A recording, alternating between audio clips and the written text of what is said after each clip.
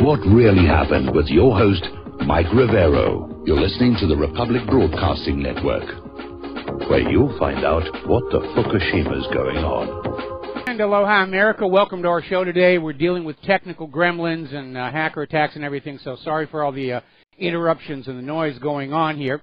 So it is Thursday, May 11th, 2017. Sure happy it's Thursday, sure happy it's Thursday, sure happy it's Thursday. We got a lot of stuff to talk about today. The phone lines are open, 800-313-9443. Mike is in our control room, twiddling the dials, keeping us out of trouble, and ready to answer the phone when you call on in.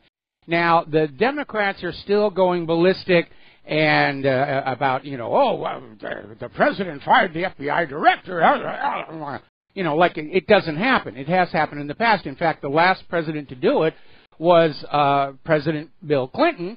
The day before, Vince Foster's body was found at Fort Marcy Park. So these things do happen. The media is trying to make a big deal over Trump's comment that he was thinking about firing James Comey even without the recommendations of the Attorney General and the Deputy Attorney General, and they're out there saying, see, he lied about why he fired, he's lying, the whole media, the whole liberal establishment, they're on a warpath, and I can imagine why. They're absolutely scared out of their mind about what is about to happen here. And the double standards and hypocrisy is just amazing. Maxine Waters, who's out there saying Trump shouldn't have fired Comey, and somebody asked, well, if Hillary had won the election, how would you feel about her firing Comey? And Maxine Waters said, well, after all the things Comey did to her, of course it would be okay for Hillary to fire. It's just not okay for Trump to fire. And so, again, they're just totally thinking partisan politics. They're not actually thinking what's right or wrong. And I got to tell you, a government, a Congress that is this caught up in the partisan bickering is a Congress that cannot effectively do their job. And that is something to definitely want to keep in mind when you wonder why the nation continues to deteriorate.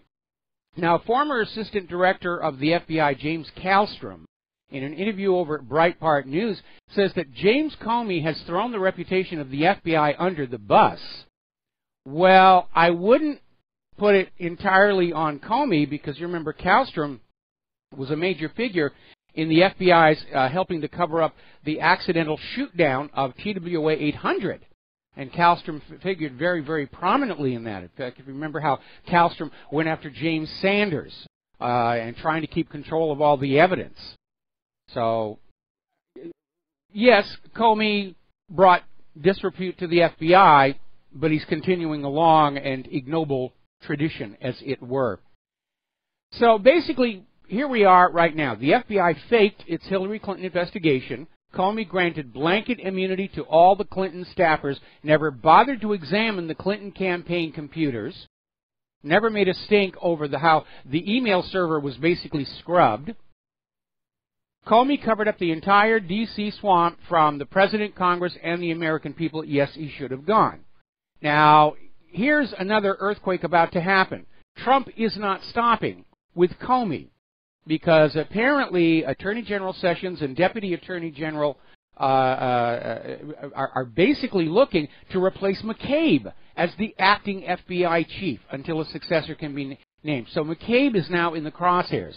And that makes sense because Andrew McCabe shielded Hillary Clinton while his wife took $675,000 from a Clinton ally for her political run. And McCabe hid this on his financial disclosure forms. So McCabe is totally compromised. Now, somebody put up a White House petition, appoint Trey Gowdy to replace James Comey as director of the FBI. I was a little disappointed when I went on over there that hardly anybody had signed it, or maybe they're trying to basically make it look like nobody's signing it. But we've seen a lot more action on some, frankly, silly petitions, and this one's hardly moving. It doesn't really matter anyway, because the good news is, according to the Political Insider, Trey Gowdy is at the top of the list of people being considered for the new head of the FBI, and amazingly, he's getting some bipartisan support.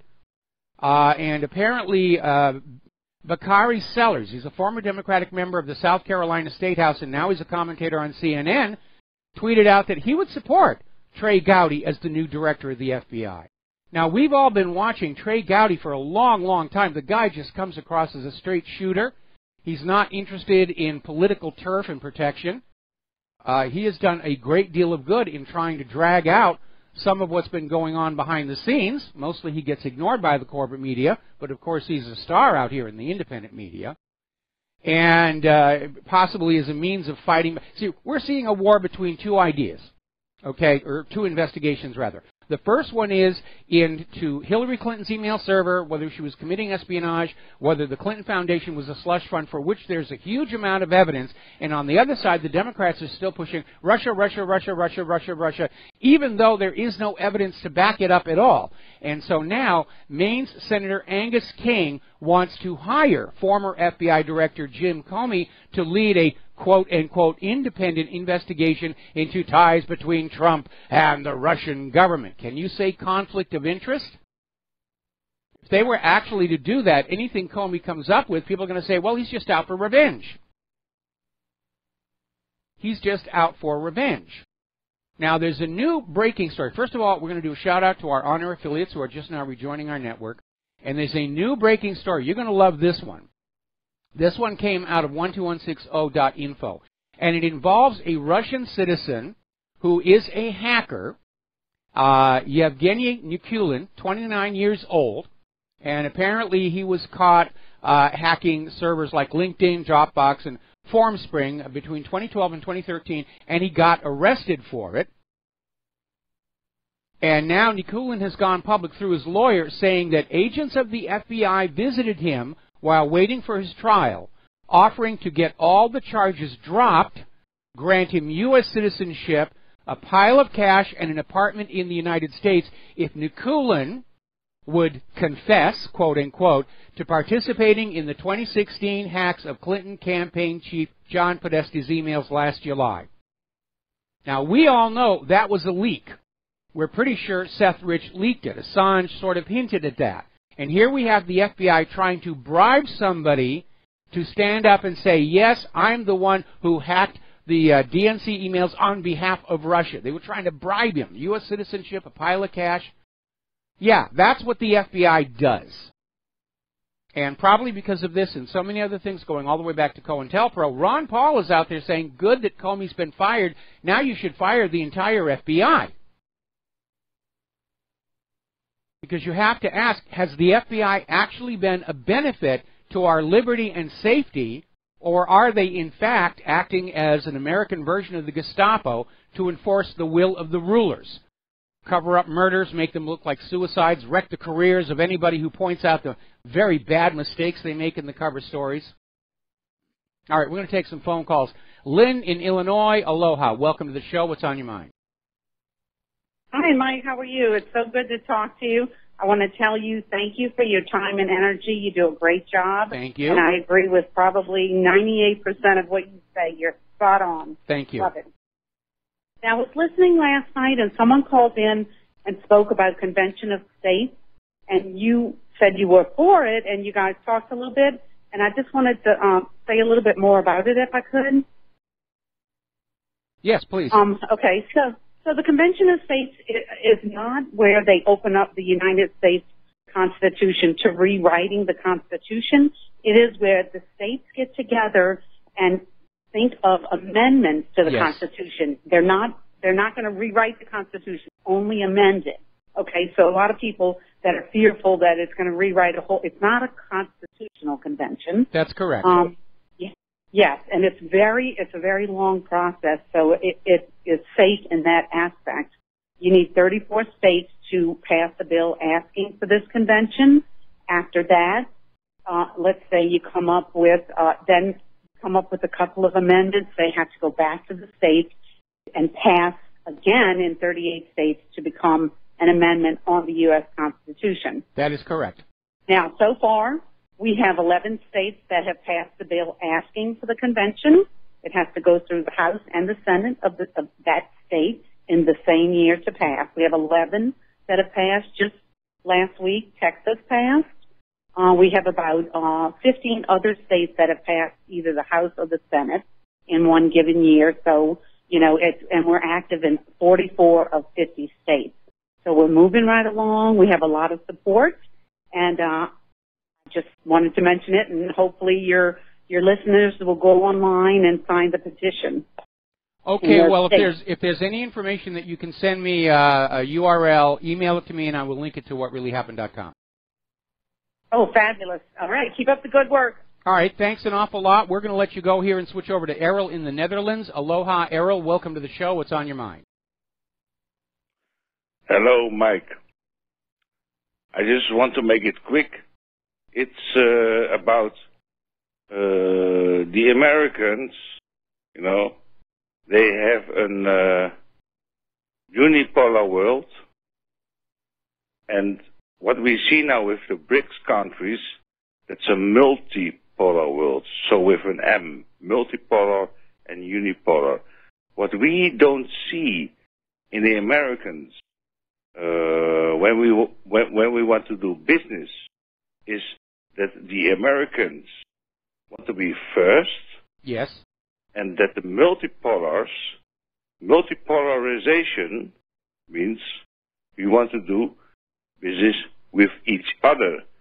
A unipolar world means only me. Yes.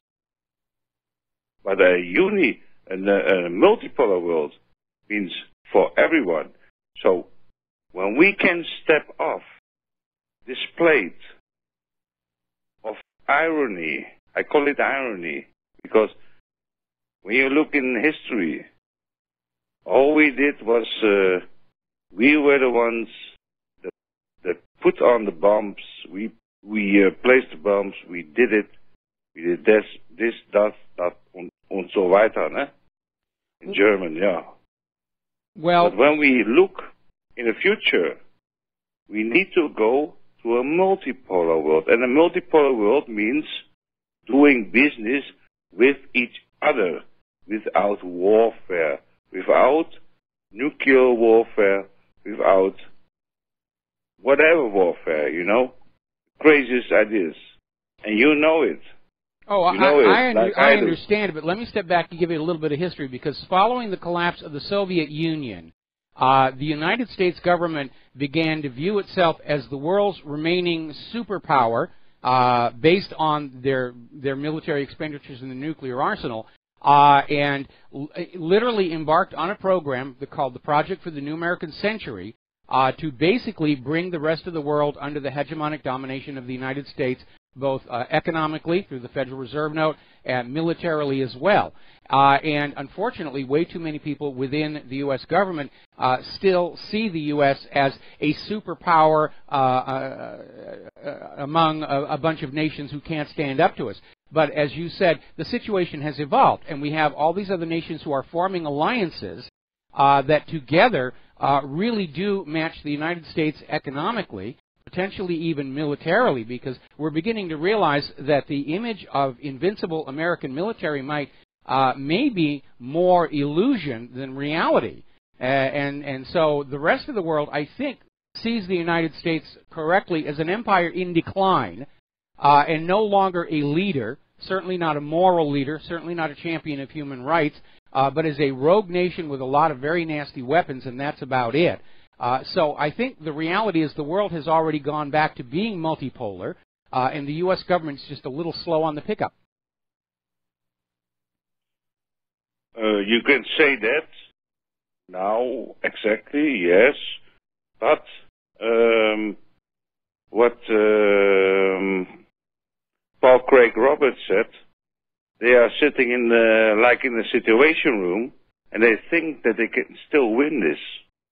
And that's the dangerous thing about it. I agree with you. I mean, Paul Craig Roberts, you have to take him seriously when you look at his background. And when he says he's hearing that the U.S. government is seriously considering first nuclear strikes against Russia and China, and being able to bluff them into not retaliating, that is very, very dangerous and reckless thinking. You just have to wonder, is there something in the water supply over there at the Pentagon in Washington, D.C.? Because that's a tremendous gamble to be making with our entire nation. Yeah. And what I said to my mother, I always said to my mother, you have got always children from any, how do you call it? You got children from any ages. So you got children, and that means when you got children from any ages, they could be 11, 12, 13, and they are sitting in such sort of rooms, and then making such decisions. That's very dangerous. It is. Anyways, Mike, thank you for my call. Thank you for the call, and we're going to switch over to Bob in Las Vegas. Aloha, Bob. Welcome to the show. What's on your mind? Hi, Mike. Great to hear from Errol. I compare the situation today to what happened in the Soviet Union. I feel like we are now the new Soviet Union, and it was the satellites, Eastern Europe, that broke away from the Soviet Union first, and that eventually led to the downfall, the collapse of the Soviet Union. Europe is so important. Paul Craig Roberts stresses this. It's these European vassals that are so important. They give Washington cover for their reckless hegemonic policies. If Europe pulled away and stopped giving Washington the cover that they need to pursue these policies, the U.S., these policies would stop. This deep state would collapse. So once again, it's sort of like the Hungarians, the East Germans. They led to the Soviet collapse first, along with the loss of Afghanistan. Because right, along with the loss of Afghanistan as well. But it was losing Afghanistan that shattered the myth of Soviet military superiority. It showed that, again, they weren't as powerful and invincible as the reputation was, and I think we're going through the same thing here with all these quagmires the U.S. is stuck in and cannot get out of.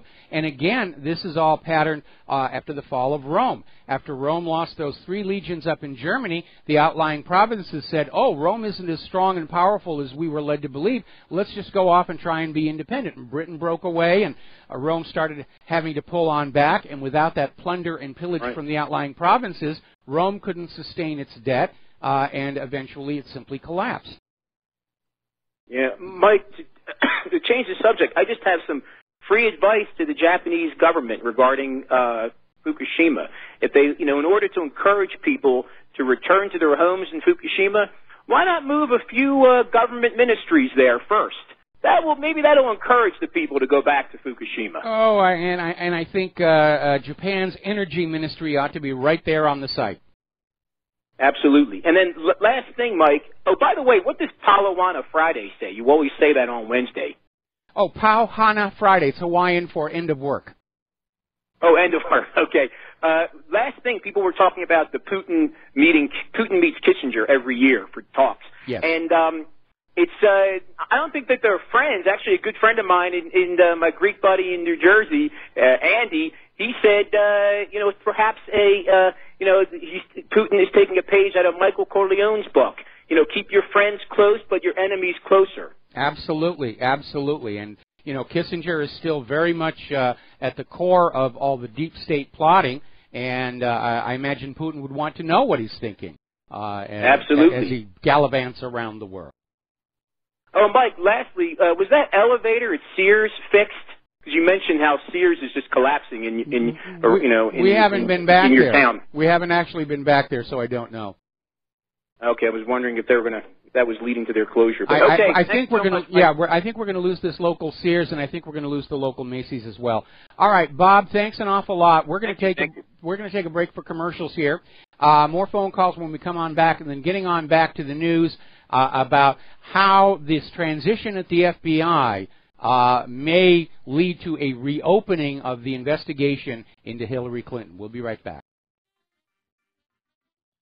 And aloha, America. Welcome back to our show here. We're going to take another phone call. Jeff in Montana. Aloha. Thank you for waiting. What's on your mind today?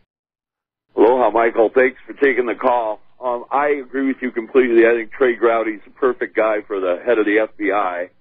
Have you heard about him exhuming Vince Foster's body? Is that no? That was a hoax.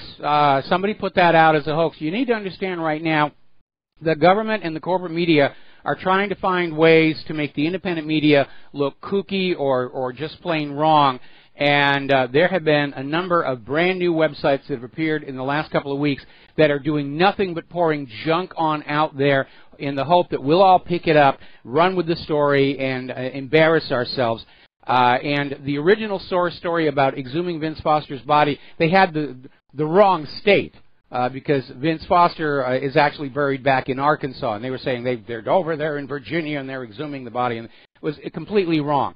So, again, we have to be vigilant because the purveyors of fake news are trying to plant more fake news on the independent media to try and level the playing field. They're not going to reverse it. They're not going to win back the trust of the American people. What they're trying to do is sabotage the American people's trust in the independent media.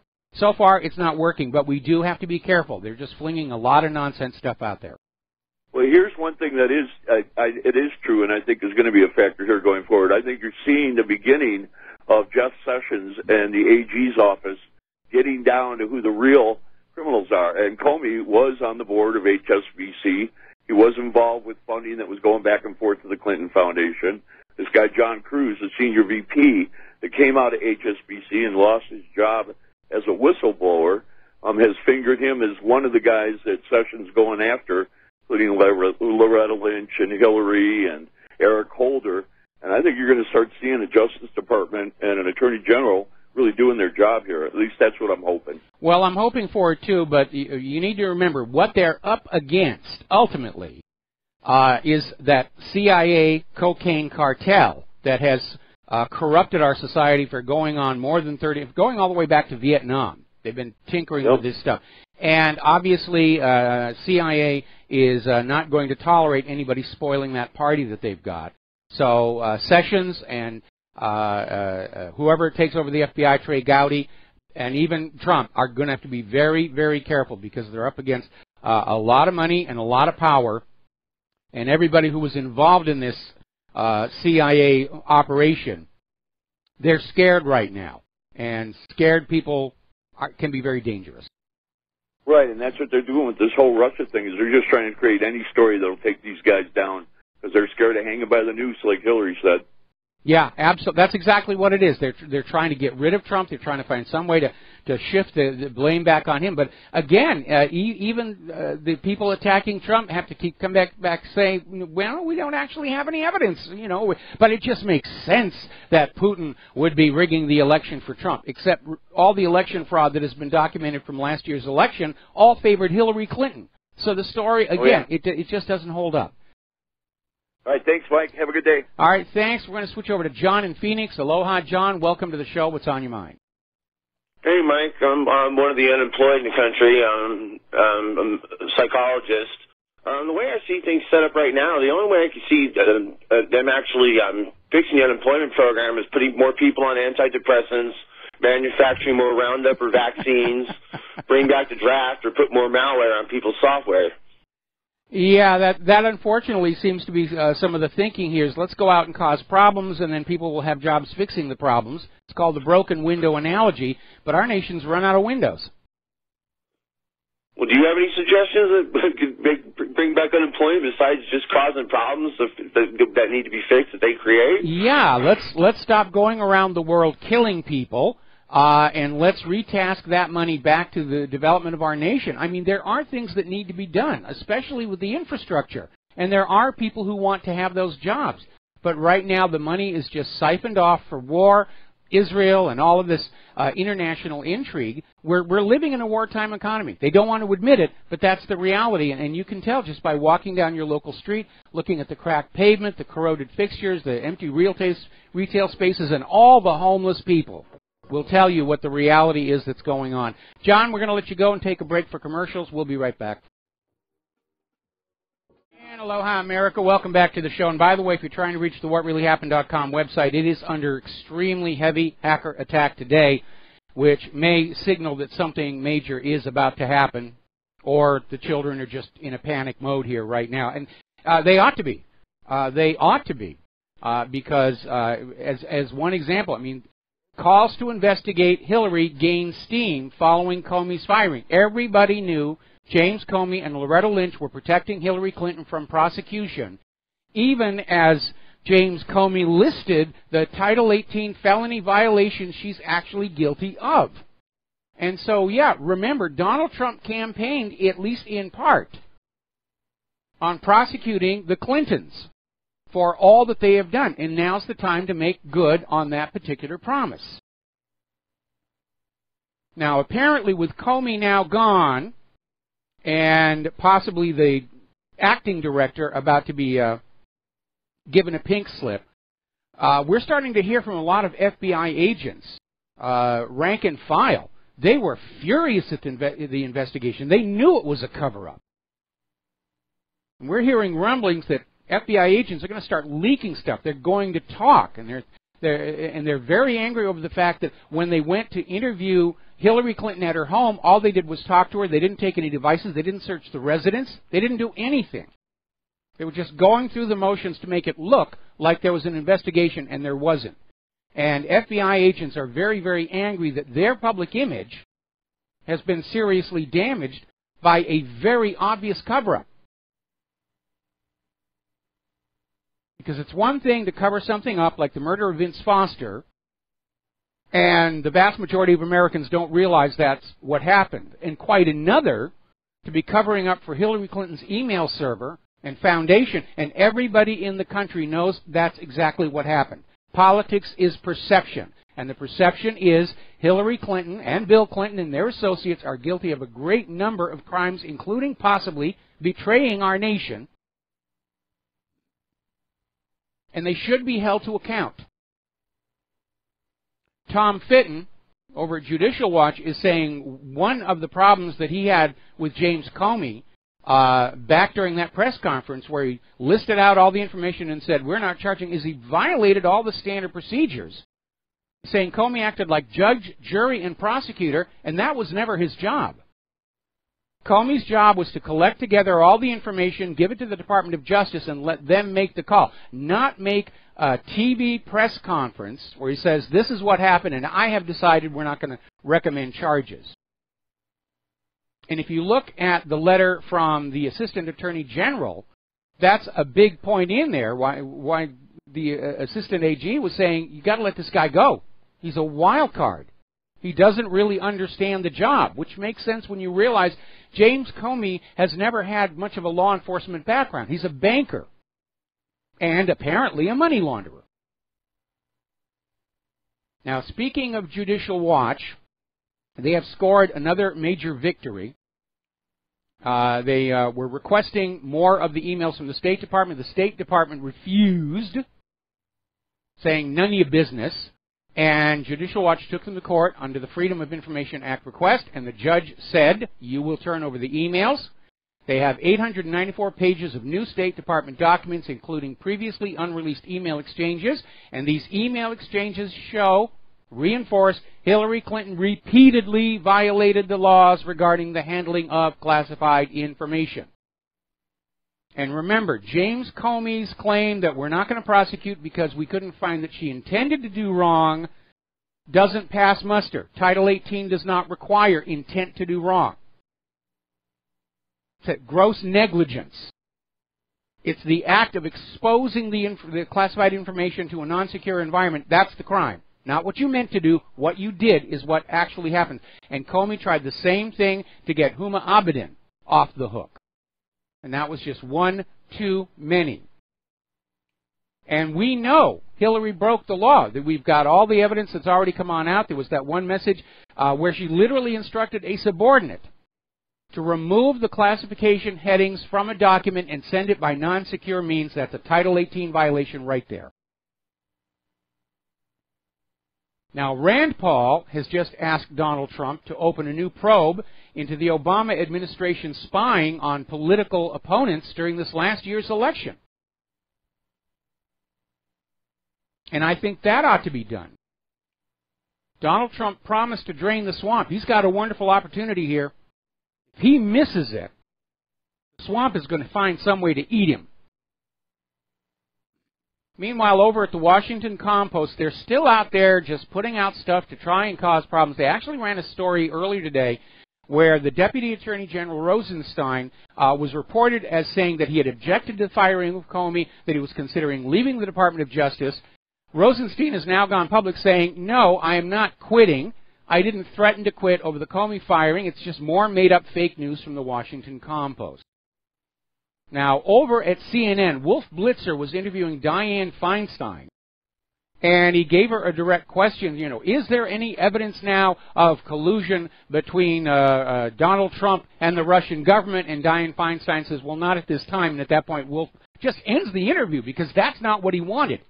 He wanted Feinstein to say, oh, yes, there's lots of evidence. We can't share it with you or whatever the other stuff. But Feinstein came on out and said, no, there is no evidence of collusion between Donald Trump and the Russian government. And that wasn't what Wolf Blitzer wanted to hear. You should have seen his face. Actually, the video's up there. You can take a look at it. And here is something that is going to make the Democrats and the deep state really, really, really, really, really nervous. Donald Trump is about to sign an executive order establishing a bipartisan presidential advisory commission to look into voting integrity in this country. Long, long overdue. And if anybody from the Trump administration is listening to this show here, you need to get in touch with Bev Harris over at blackboxvoting.org. She ought to be on that commission. I'd love to be on that commission. I know how to make our elections a lot more honest than they are right now. But all of a sudden, we're starting to see the Donald Trump that we actually voted for. And being the cautious and cynical type, I'm not ready to say that happy days are here again. But these are all good signs. It's almost like Donald Trump, the first 100 days, he was dealing with all this complexity, and all of a sudden he's saying, okay, I got things sorted out here. We're going to start moving forward on these things. Okay, we're going to take a phone call here. Peter in Los Angeles, aloha. Welcome to the show. What's on your mind? Hey, Mike, just wanted to say that your drug theory, MENA, CIA, drug laundering and all that,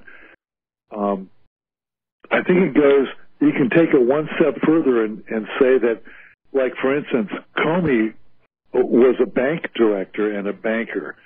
The banks were strong enough, really, to get Comey into director of FBI.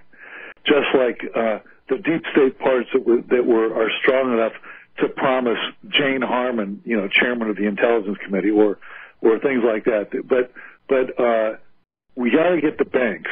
I mean, the drug launderers, all that. It goes through the banks, and it goes through the Federal Reserve. It's the seat of, you know, everything from drugs and money laundering to LIBOR and you know, kicking millions of people out of their home and repossessing their homes on fraudulent mortgages. Everything. It's the seat of all evil. And Trump could use the RICO laws against them. He could surround the Federal Reserve, you know, with an infantry battalion and then use the RICO laws, or at least make sure that they're audited then by force, you know? Well, I imagine that if Trump were to order a full audit of the Federal Reserve, there'd be a mysterious fire almost immediately.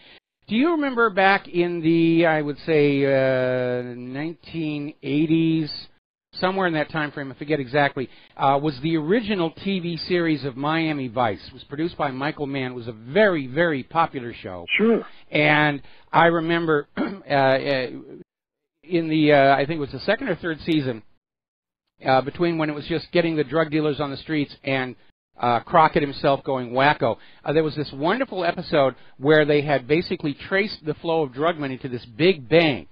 And there was this really sleazy-looking bank executive. In fact, I think it was the same actor who played the preacher in the Poltergeist franchise. And he was out there basically saying, no, you're not going to go any further than this. Because we have made loans to these countries that are sending drugs into our country, and if that flow of drugs stops, then our bank will default. And so you can rest assured that we will make a phone call where your investigation will go no further than it has. And it was the first time that the American public was given an indicator of that very tight relationship between banking industries and the drug trade. Then, of course, we had the BCCI scandal after that, and now, of course, the HSBC scandal after that. So it really is all tied up, and it does represent an immense power block of wealth and influence, and I'd like to see them chip away at it. And maybe it's time for them to start thinking about a limited hangout to cut their losses and just cut the Clintons loose and protect the drug cartel over at the CIA and just let the Clintons go off and go to jail as they richly deserve. But this CIA drug running has corrupted our entire government far, far worse than the alcohol corruption during Prohibition. We're seeing that same cycle of corruption all over again. And we may have to end it the same way they ended the Prohibition corruption, by ending Prohibition and simply saying, okay, the drugs aren't illegal anymore, and that destroys the profit in them. The reason drugs are being kept illegal in this country is to keep the profit high. In other countries where they have decriminalized these drugs, a lot of the associated problems with the drug trade have gone away. No gangland shootings. You don't have drug dealers going down to the schoolyard to tempt little kids with free samples because there's no profit to be made in it. And it really does work to decriminalize, but the whole point of criminalizing an illicit substance is to maximize the profitability for those who are trafficking in illicit substances, whether it's the rum runners or the bootleggers or the cocaine smugglers today. Mike, just to close the circle here, I know that you've covered before, and I can't remember the details, but of Loretta Lynch and before him, Eric Holder, and their links to the banks, or what they did not prosecute with the banks. Yes. And then, of course, we have the banks being huge donors to Hillary and Obama, and I'm sure Trump too, frankly. But I mean, the banks seem to want to ensure that the Justice Department, the Attorney General, the FBI, are always staffed with their own guys. Well, that's how they keep themselves above the law. And I think what you're referring to, when HSBC was caught laundering drug money, they faced very stiff penalties and punishments in other countries. But in the United States, they got a wrist slap. Price of doing business, you know. Yes. You know, you make $100 billion and pay $1 million, or $10 million in fines. That's basically it. Yes. You've got to do that, though, Mike. If it's ever really going to be redressed, that has to be taken care of. I absolutely agree here. And like I said, while I don't think we need longer prison sentences for drug users, they really need treatment. I'm in agreement with Attorney General Sessions that for the dealers, we got to start taking them off the street and locking them away, because that's the base of the pyramid from which all this money flows into these various drug lords to buy that opium coming in from Afghanistan and the cocaine coming in from South America. Maybe, Mike, maybe that's why Kennedy was so disliked by the powers that be, is that the Justice Department under him was under his brother and reporting to him and not the banks for once. Yeah, well, Kennedy did more than that. Kennedy signed that Executive Order 11110 to introduce a new debt-free currency into the public, the United States note. And he put about $4.5 billion of United States notes into circulation to support commerce, and it wasn't generating interest for the Federal Reserve. And that was absolutely something the Federal Reserve did not want to have happen. And if you remember, following Kennedy's assassination, one of the Warren Commission members was John J. McCloy, president of the Chase Manhattan Bank, president of the World Bank. Right. And I don't care how good a banker he is, he's not qualified to be investigating a murder case, so we may assume safely that he was there to make sure that the link between the assassination and the Executive Order 11110 remained concealed from the American public. Yeah, I agree with you, man. Okay? Well, all right, thanks, Mike. All right, thanks an awful lot. We're going to let you go here. Now then, the other day we were talking about this new CNN video of the chemical incident at Idlib, and already it's being torn apart. And over at Washington's blog, they have an article saying that it's edited for maximum shock value, and it's edited to take out all the goofs that were spotted in the earlier version. but there's nothing new in it. It's the same material in a new package to the soundtrack of look what Assad did, except that there's nothing in there that supports the claim Assad did it. And again, the claim itself makes no sense. Assad is on the verge of winning back his country.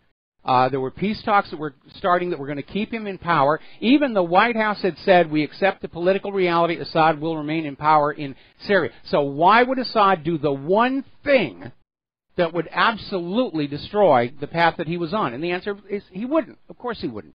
It didn't make any sense.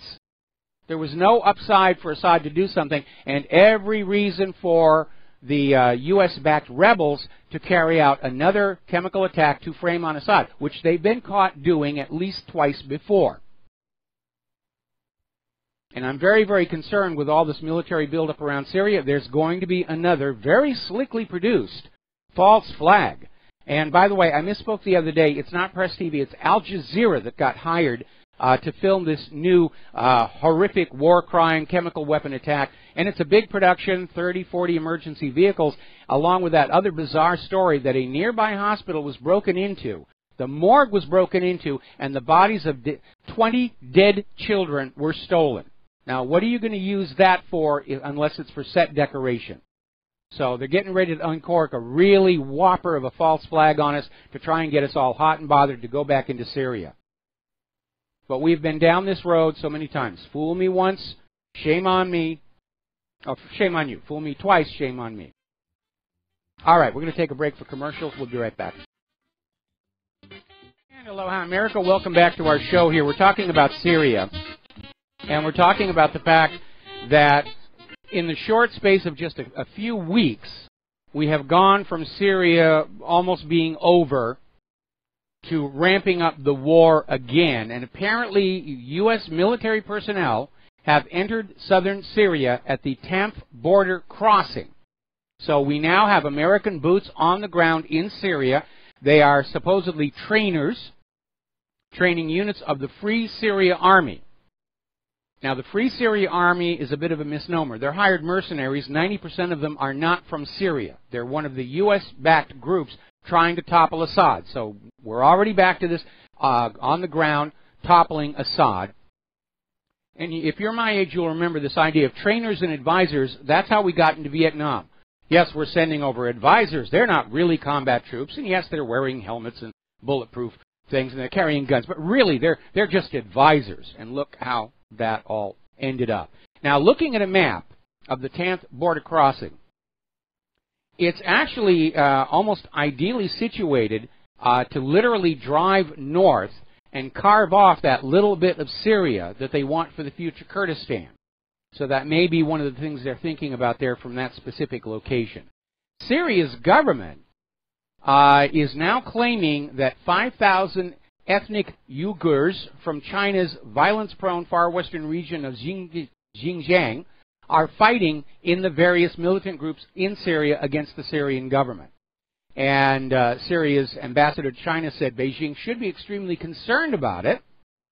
And China's worried that the Uyghurs, mostly Muslim people who speak a Turkish language, have gone to Syria and Iraq to fight for militants there, having traveled illegally via Southeast Asia and Turkey.